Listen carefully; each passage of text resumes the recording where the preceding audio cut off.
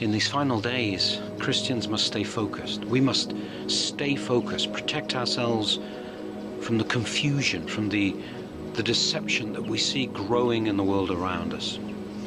There will be an increasing number of voices, often claiming to be Christian, that teach subtle variations of the gospel, often involving very decent sounding terminology, words such as brotherhood and unity, infused with worldly morality. Or these voices may simply fill our minds with politics, cultural issues of the day, the latest news, sociological interpretations of this and that. And we must refuse it all. Of course, it's good to know what's happening in our world, but we mustn't revisit these same pieces of information again and again. We mustn't allow it to become this loop in our minds. There is an event in the life of Christ that speaks directly to this issue. We find it in the 7th chapter of the Gospel according to St. Luke, when Jesus enters the city of Nain, and there he meets a funeral procession.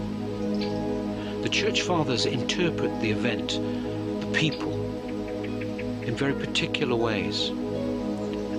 Their teaching is so little known here in the West, but if we explore their teaching, it speaks to this issue.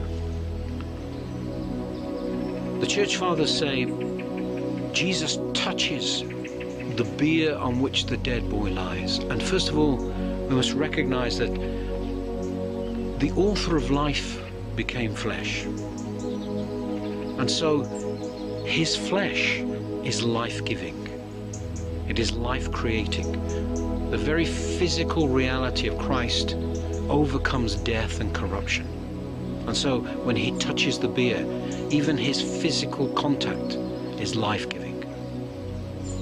And of course, for members of the Church who receive Holy Communion, Christ not only touches us, he enters us, he unites us to him, and he to us. We become one in his body, the Church. And the dead boy's mother, we read, is a widow. She is a widow which the Fathers say is a symbol of the soul, a soul that has lost its husband, Christ. And her son represents the mind that is dead to God, being carried out from the city of Nain, which symbolizes the heavenly Jerusalem, the land of the living. The body is being taken from the city. When Jesus returns him to life, he sits up and speaks.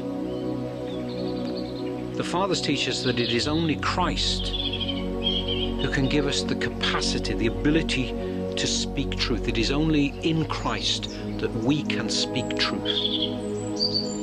Without Christ, the boy's lips will remain silent.